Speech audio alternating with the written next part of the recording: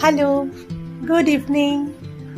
আমি আমার বোনকে নিয়ে চলে এসেছি লেক মলে। জাস্ট নির্ভেজাল কিছুটা সময় কাটাবো বলে, সাথে আর একটাও চমক আছে। তাই আমরা লেক মলে দুজনে মিলে এসে গেছি, একজনের জন্য ওয়েট করছি।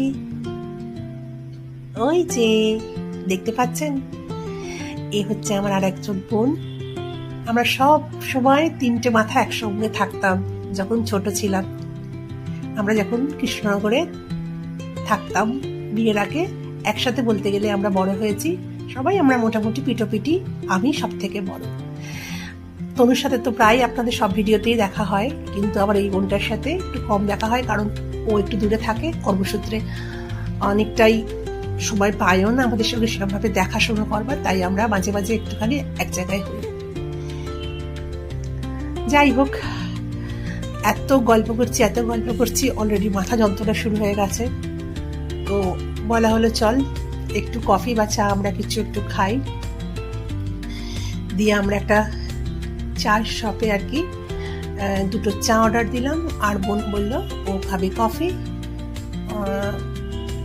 ও এটা বেশি প্রেফার করে, ক্যাফেচিনো কফি। বাবা, কত রকমের নাম আজকাল।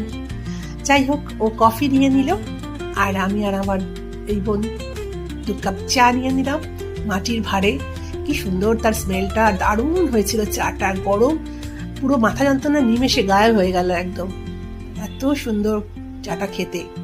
খাওয়া দাওয়ার পরে আমরা একটুখানি খাবার অর্ডার দিলাম, একটুখানি ধোসা অর্ডার দিলাম, দিয়ে আমরা খেলাম। দিয়ে অনেকক্ষণ গল্প করেছি, মানে কি বলবো, অনেকক্ষণ, প্রচন্ড গল্প করেছি, ছোটবেলাকার সমস্ত স্মৃতিচারণ করেছি। খুব ভালো লেগেছে দিনটা। থ্যাংক ইউ পিউ, আবার দেখা হবে, টাটা।